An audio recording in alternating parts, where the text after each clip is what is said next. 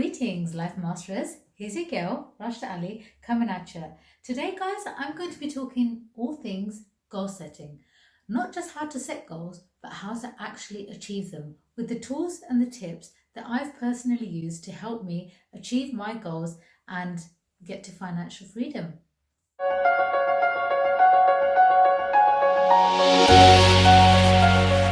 So, guys, have you found in the past, like myself, that you set goals, but you set so many that it's just overwhelming and you can't keep up with the tasks required? Or maybe you set a goal and the timescale was underestimated and you kind of missed the deadline and then gave up because you felt like a failure. Well, guys, I've been there too, and I've been in those exact positions. And from those positions, I have found the following strategy which helped me set goals and actually achieve them. Guys, before I go into goal setting, I just want to talk a bit more about your why for goals. Now, your why, what does this mean? Why are you actually setting a goal? What is it inside you that drives you to set the goal? There has to be a reason other than the goal that you're setting it. It's for an underlying reason. Like, for example, when I set my goal to achieve financial freedom, it was so that my family could enjoy things in life that I didn't get to enjoy when I was younger. So that's my why. And your why is really important. And the reason it's so important is because when things get tough, or when the going gets tough, then the tough have got to get going. And without a strong enough why, you may just give up. So, when you're feeling down or lacking motivation, then your why is definitely going to be the thing that picks you up and that keeps you going. So, guys, please do take the time out to actually think about your why. Right, now back to the goals. So, a goal, what is it? Simply put, a goal is an aim of a desired result. So, guys, today we want to think about the goals that you want to set. Maybe it's in relation to family. You want to improve a relationship in your family. Maybe it's in relation to finance. You want to reduce your debt, improve your finances. Maybe it's in relation to love and you want to find, your soulmate. Or maybe you want to get engaged and get married. There's 1,000 different goals that we could set.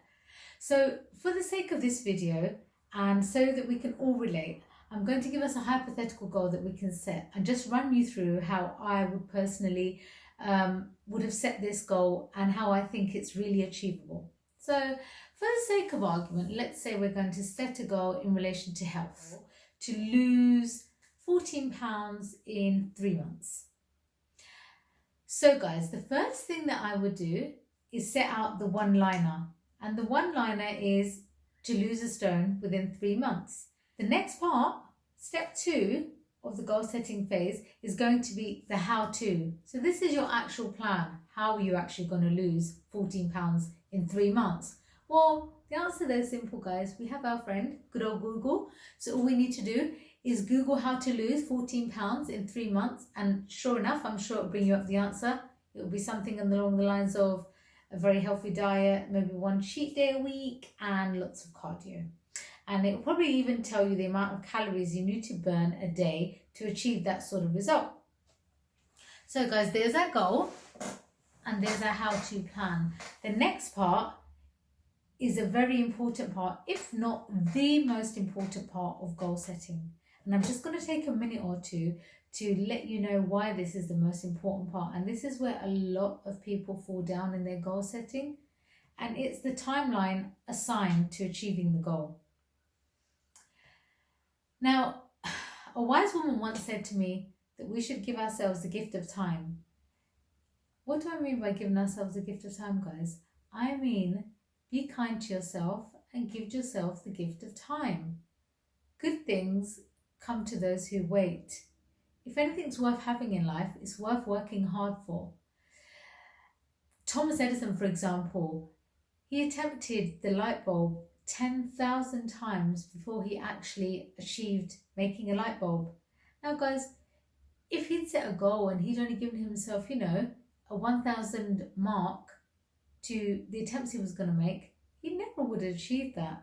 So the point is that he gave himself the gift of time. So please do give yourself the gift of time when you're setting your goal and make it very, very realistic. We really underestimate what we can do within a year. The second thing, guys, is instant gratification. What do I mean by this? Well, in the age of information that we're in, everything is super quick. We have everything at the click of a fingertip. Well, almost. I mean, you have an Uber cab at your door, we have Uber Eats, a delivery takeaway at our home in 40 minutes. That's phenomenal time in comparison to how society was, 10 years ago. We have fiber optic broadband. We have, where we go to an internet page and it doesn't load within a second or two, we leave that page and we're straight to another page. The point is that a lot of society is becoming more and more about instant gratification, and we're not really giving ourselves or things in life the time that they need to really grow. So, important fact, when goal setting, please do give yourself the gift of time. So, when we're using this goal here that I'm giving an example of losing 14 pounds in 3 months, what I would do to give myself the gift of time is to add a month on. I might hear you asking, why am I doing that? Well, guys, life happens. You might get married, you might get engaged, you might go on holiday, you might start a job, you might lose a job, you might have a baby. Any number of life events can happen within that time. And what they tend to do to us is throw us off our routine and our habits. And once we're thrown off routine and habits, it takes us a while to get back on track. So that's the reason why I add a month's contingency onto all of my goals, because I want to be kind to myself and I want to set myself up for success and not failure. So that's the really important bit about the time that you set to your goals. Next, guys, is the action plan. So what are you going to need for the action plan? You're going to need something to organize yourself. Now, I know a lot of you may not be organizational freaks or may not enjoy organizing, but guys, I promise you, if you put the effort in, the results will be phenomenal. So what I use for my organization of my goal and to put reminders into my life is two simple things. I use a notebook and I use a calendar. Two very simple things that are very easy for anyone to get hold of. The reason I use a notebook is because I just prefer the writing action onto a notebook. I'm not really a fan of the digital type of notebooks that are out there, the Samsung Notes or the Evernote. I really like the touch and the feel of a book and writing in the book. And also the Google Calendar or the calendar on your phone, on the iPhone, on an Android phone is good enough for reminders. So guys, now we've set our goal, we've set a time scale, we know how we're going to do it, we need to monitor it. So what we're going to do is we're going to reverse engineer our goal. Now, I know that sounds really, really, really complicated, but it's really not. All we're going to do is work backwards. The easiest way that I found to do this was to use one page in the notebook for each month of monitoring. So our goal is going to take us 4 months. So we need 4 pages. So on page 1, at the top of the page, you put month 1, and you're going to review that goal at the end of the month, so the 30th or the 31st of the month. Then below that, in the second section of the book, of the page, in the middle of the page, you're going to divide that month down into weeks. So week 1, week 2, week 3, week 4. And then just below that, you're going to divide it down into 7 days. So that's Monday, Tuesday, Wednesday, Thursday, Friday, Saturday, Sunday. And then beside that, all you have to do is put the habits that you're going to implement on every one of those days to achieve your goal. So the how-to plan was amend your diet and to exercise each day. So that needs to be the habit that you religiously do every day. So that needs to go into your notepad.